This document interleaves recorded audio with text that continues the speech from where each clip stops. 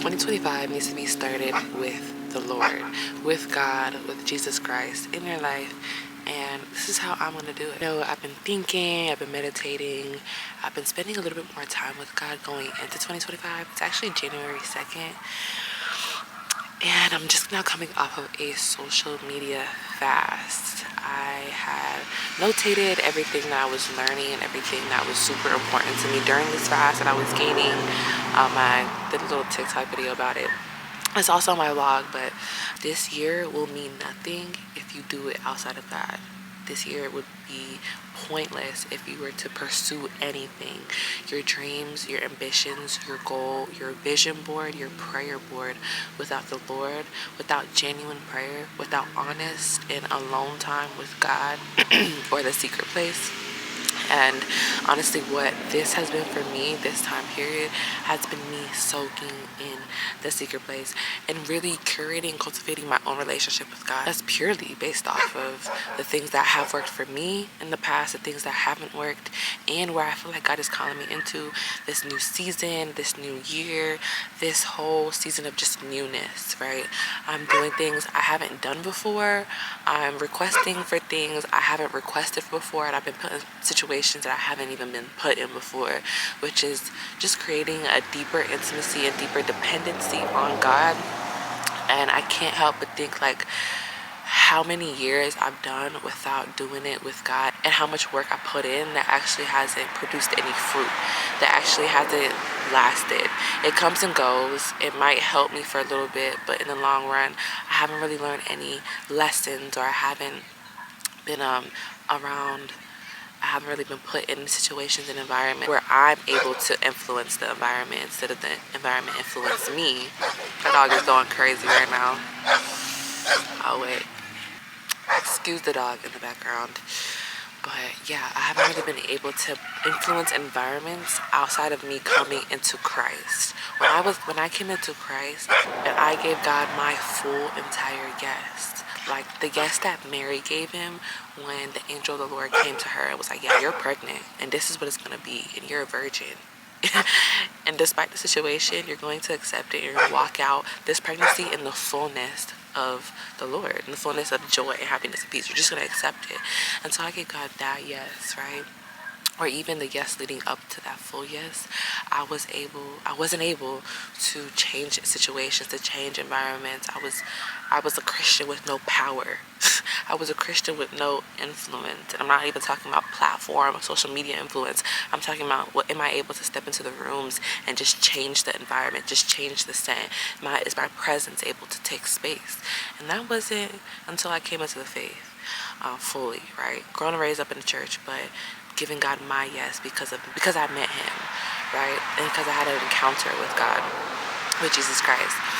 But this new year will not work apart from God, will not work apart from you having your own personal relationship with him and cultivating that in the quiet place, in the secret place. You pouring out your heart to God, telling him about your day, speaking to him, knowing him as friend and not just a God far away, or knowing him as Father. He is whatever you need him to be. That's just it. If you need a healer, God is Jehovah Rapha. He's healer. If you need a provider, he's Jireh. Like, he's all these things wrapped up in one. But we don't use God to the fullness of who he is. And I don't even think we can ever in this lifetime. But we don't use him to the fullness that he's exposed himself to us. Because of that, we will go to 2025 lacking peace, lacking joy, lacking happiness, lacking endurance, but that's not the God we serve. And that's not the God that you and I serve, Jehovah Jireh, Yahweh. That's not the God we serve, because he says that the Lord is my shepherd.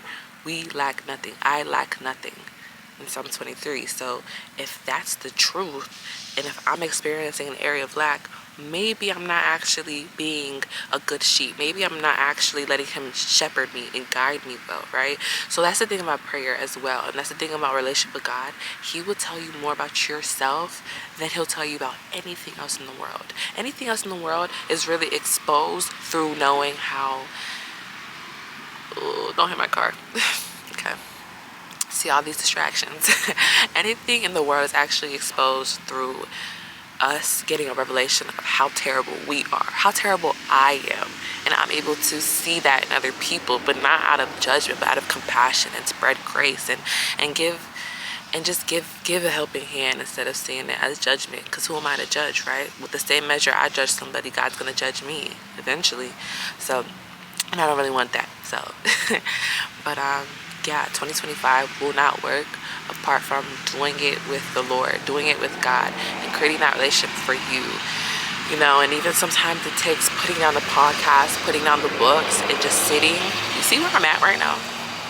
I'm at like a halfway park. It's just a bench in the middle of like the suburban area, but like just sitting here, I could even, as soon as I turn off this camera, I could even just sit and just be with God, because he's in us, he's with me right now, and he's speaking to you right now, I believe, you know. So yeah, just doing 2025 off with God is so important. And this is my page where I showcase some of that, just all to glorify the Lord, what he's done in me, the work he's done in me, because I've come a long way. I've come a long way, honestly, and I have such a long way to go. So documenting that is just me being obedient. Not a lot of people do it, I feel like. And my word for this year, one of my words for this year, is consistency. So we're gonna see what being consistent with God on my personal life returns, and how that reflects with everything else that I touch, with everything else that I do. Because I do believe that like there's a grace for what God calls you to do, and if he's calling you to something, he's graced you for it. He's giving you the oil, and what that means is like when you put oil on a squeaky door, it no longer squeaks, it runs really smooth. Like everything that needs oil, like planes, cars, it needs oil to run really smooth and operate at its fullest capacity. So when God graces you for something, he gives you the oil, he gives you the power to do it smoothly, almost effortlessly, but it's still work at the end of the day. So do the work that God called you, but don't do it apart from him, and follow me as I follow Christ, honestly, and look towards him, not towards me. And I will talk to you guys on my next video, my next little chat that we got going on. All right, bye.